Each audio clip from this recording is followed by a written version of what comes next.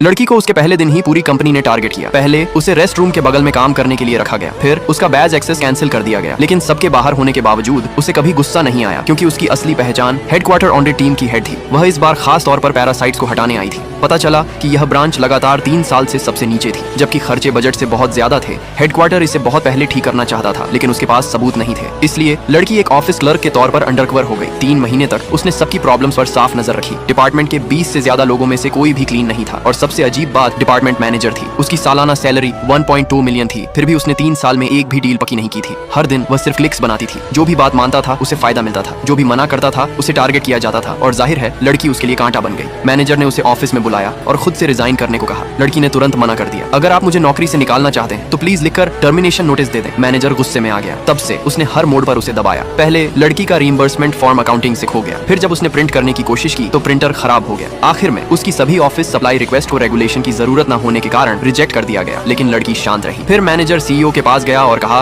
कि लड़की का आउटपुट बहुत कम है और उसे कंपनी छोड़ देनी चाहिए। लड़की ने वही कहा। पिछले 3 महीनों के सभी डिपार्टमेंट प्लान उसने अकेले ही बनाए थे, फिर भी क्रेडिट मैनेजर की टीम के पास थे और सभी ड्राफ्ट उसके कंप्यूटर में सेव थे। सीईओ तुरंत चुप हो गया। मैनेजर बेइज्जत और गुस्से में अपने साथियों के साथ दौड़ा। उन्होंने लड़की का कंप्यूटर वहीं तोड़ दिया और उसे जोर से थप्पड़ मारे। उसका मजाक उड़ाते हुए कहा कि वह सिर्फ एक क्लर्क है जिसने हेडक्वार्टर का जिक्र करने की हिम्मत की, और कहा कि कल की सालाना मीटिंग में ले ऑफ लिस्ट सामने आएगी। लड़की ने यूएसबी अपने हाथ में खींच लिया। उसके पास पहले से ही उसका जवाब था। अगले दिन सालाना मीटिंग शुरू हुई। कंपनी के चेयरमैन और उनकी पत्नी उसे सपोर्ट करने के लिए जल्दी आ गए, क्योंकि लड़की की एक और पहचान थी। वह असल में चेयरमैन की बेटी थी। जैसे ही लड़की अंदर जाने वाली थी, सिक्योरिटी गेट ने कहा कि उसे अंदर जाने की इजाजत नहीं है। उसने शांति से हेडक्वार्टर में फोन किया और तुरंत सारी परमिशन वापस ले ली। हॉल में हर कोई मैनेजर की तारीफ कर रहा था, यह मानकर कि वह एक और इनाम जीत जाएगी। जब मैनेजर ने लड़की को आते देखा तो उसने उसका मजाक उड़ाया और पूछा कि वह चुपके से अंदर कैसे आ गई, लेकिन लड़की ने उसे नजरअंदाज कर दिया, क्योंकि आज से वे हंस नहीं पाएंगे। सीईओ स्टेज पर तब चढ़े जब वह ले ऑफ लिस्ट अनाउंस करने वाले थे। उन्हें अचानक हेडक्वार्टर से एक नोटिस मिला, जिसमें कहा गया था कि हेडक्वार्टर से ऑडिट टीम लीडर खुद स्टेज पर लिस्ट पढ़ेंगे। साथ काम करने वाले लोग हैरान रह गए। हेडक्वार्टर ने यहाँ कब किसी को भेजा, और उसी पल स्टेज पर सीईओ ने यकीन न करते हुए लड़की का नाम पढ़ा।